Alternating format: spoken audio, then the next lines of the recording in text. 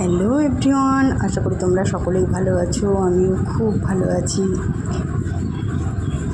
আজকে নিরামিষের দিনে করেছি এরকম আলু ভাজা, ভেন্ডি ভাজা, মটর ডালের বড়া, আমের টক ডাল, কাঁচকলা আলু দিয়ে বড়ার ঝোল, এরকম পটলের একটা সবজি করেছি। জানো তো, সবসময় না সবার সব কিছু মন ভালো থাকে না।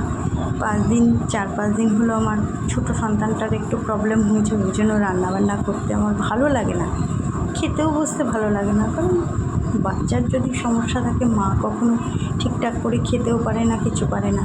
তো রান্নাবান্না একটু কম করলে পরে, যদি কোনো সময় কেউ বলে না যে কেন রান্না করোনি, কেন কম করেছো, তখন মনে হয় কি শুধু আমারই সন্তান, খুব কষ্ট হয়।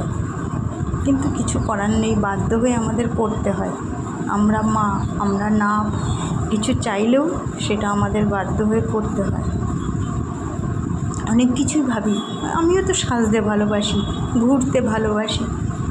কতটা সাজতে পারি বলো তো, কতটা ঘুরতে পারি বলো তো।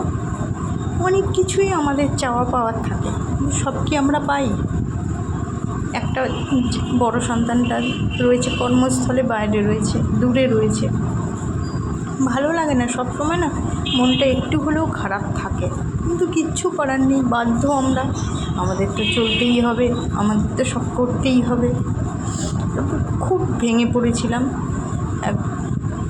কিছুদিন আগে ভাইয়ের বউ এসে ওরাও দেখে বলছে, দিদি তুমি এরকম কেন করো, এরকম কেন করছো, তুমি আবার সেই ভিডিও করো দিদি, তুমি তো কী সুন্দর রান্না করো, কত ভালো লাগে ভিডিওগুলো দেখতে, করো না, দেখো না, তুমি তো পারো, তুমি তো পারো না তা তো না।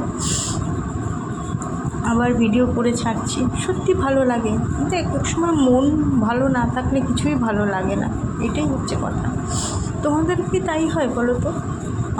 আমার তো সত্যিই ভালো লাগে না, সব সময় সব কিছু ভালো লাগে না, কিন্তু আমরা বাধ্য, আমরা মা, আমাদের করতেই হবে, আমাদের সব কিছু নিয়ে চলতেই হবে।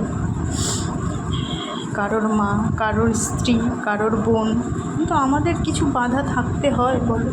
আমরা মেয়েরা হাউসওয়াইফ, তাদের সমস্তটা করেই তাদের সবাইকে ভালো রাখার দায়িত্বই আমাদের, তাই না?